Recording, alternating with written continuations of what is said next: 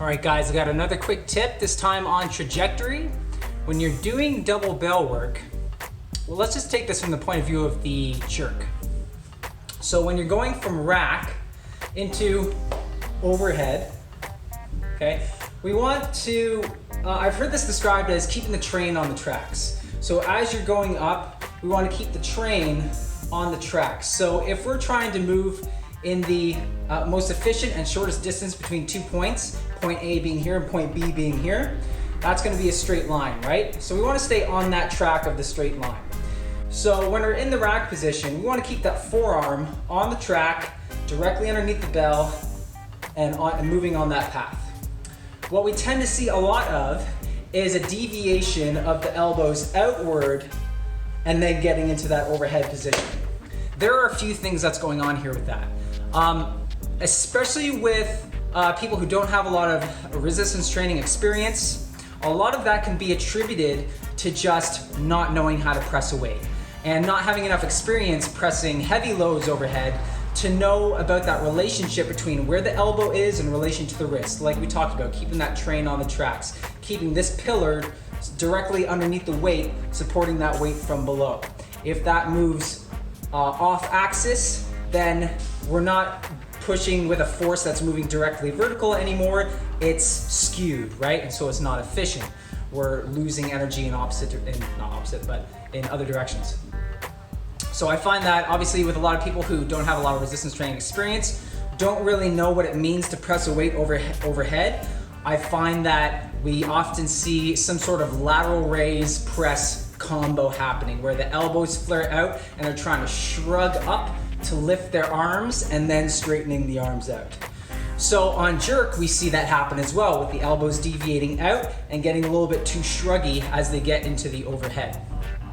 So that's the first thing that we can presume might be happening and that we definitely want to eliminate in the beginning. Next thing, if that's not the cause, let's think about what exactly is happening on a kinematic level. How is the bone moving within the joint itself? So when the elbows flare out, that's an internal rotation of the humeral bone. The way that we stabilize the shoulder in an overhead position is rotating in the opposite direction, external rotation, and that winds the muscles of the rotator cuff around the head of the humeral bone tighter, helping to create stability and rigidity in the overhead. So we want to keep the elbows in and thus that humeral bone externally rotated, but we often see that internally rotated position. So the second point that I'll make, if we've got that whole basically just not knowing how to press thing out of the way, the next point is, do you know what it means to be internally rotated or externally rotated?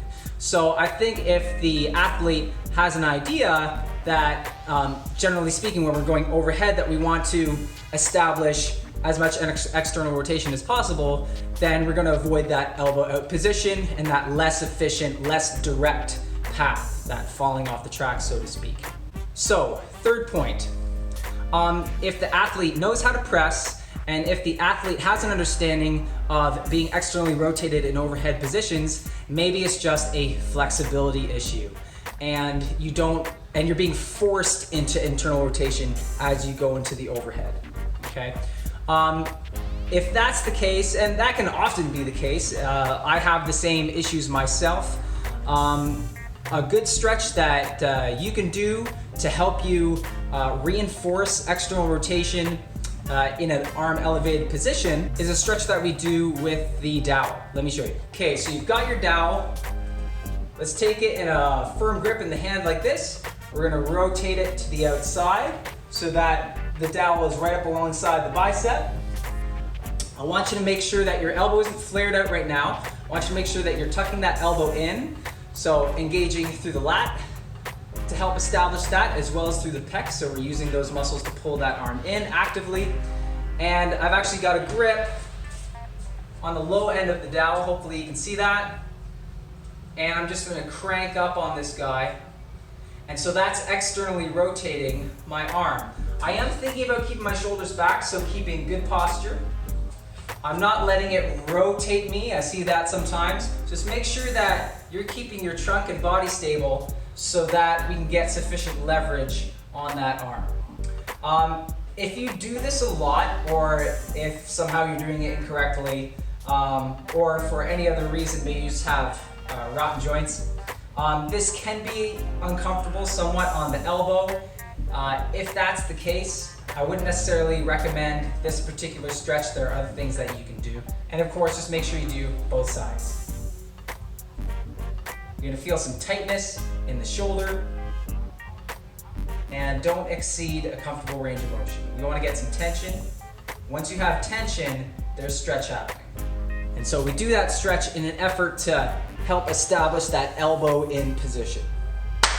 Whenever possible, when you're doing your jerks, I want you to think about keeping your elbows pulled in as you go up.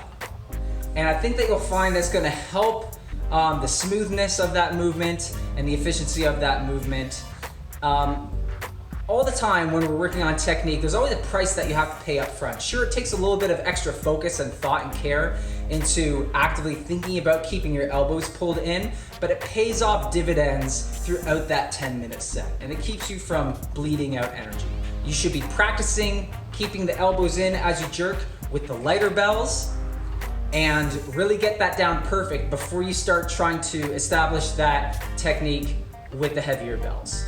Generally, you'll be doing a combination in your training of lighter work and heavier work anyway. So when you're doing your lighter work, that's when you want to really focus on those finer technical components. Okay guys, I hope you found that tip helpful, and stay tuned for more videos like this one.